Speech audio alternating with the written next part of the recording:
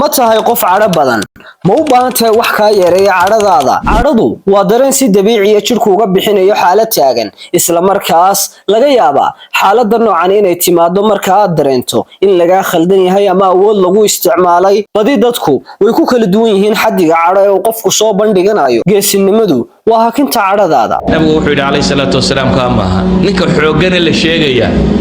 waa ninka markuu cadhoodo naftiisa hayn kara buu nabigu yidhi hanan kara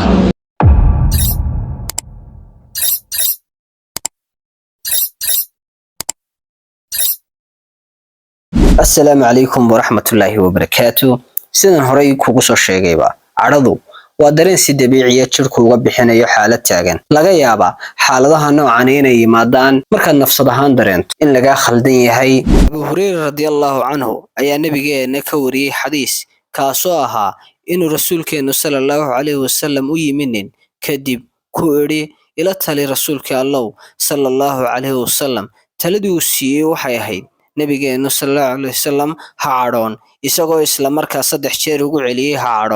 cadhoon waxaan ku soo bandhigi doonaa 5 shay oo haddii aad samayso cadhadaada hoos u dhigi kara qodobka koobaad take deep breath si qoto dheer u qaado neef ama naqas waxaan tala ahaan kugu soo jeedinayaa inaad kor u jiido naqaskaaga kadib aad hayso 4 daqiiqo kadib aad iska soo saarto naqaskii ama neeftii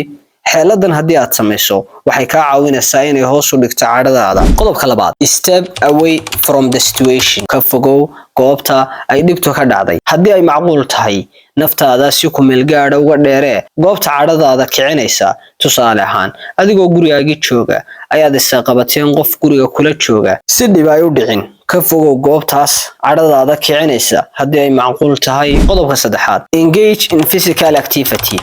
samee waxqabad jidhahaaneed jimicsiga aad samayso waxa uu hoos u dhigayaa awoodda iyo tamarta aad u hayso inaad qofka aad u cadhooto waxaan tala ahaan wacan inaad samayso jimicsi socod ah kaas oo daawo u noqon kara cadhadaada qodobka afraad listen to music dhageyso music ka islaam ahaan annagu waxaanu dhageysanaa kalaamka Alle kaasoo daawo noogu filan dhanka kale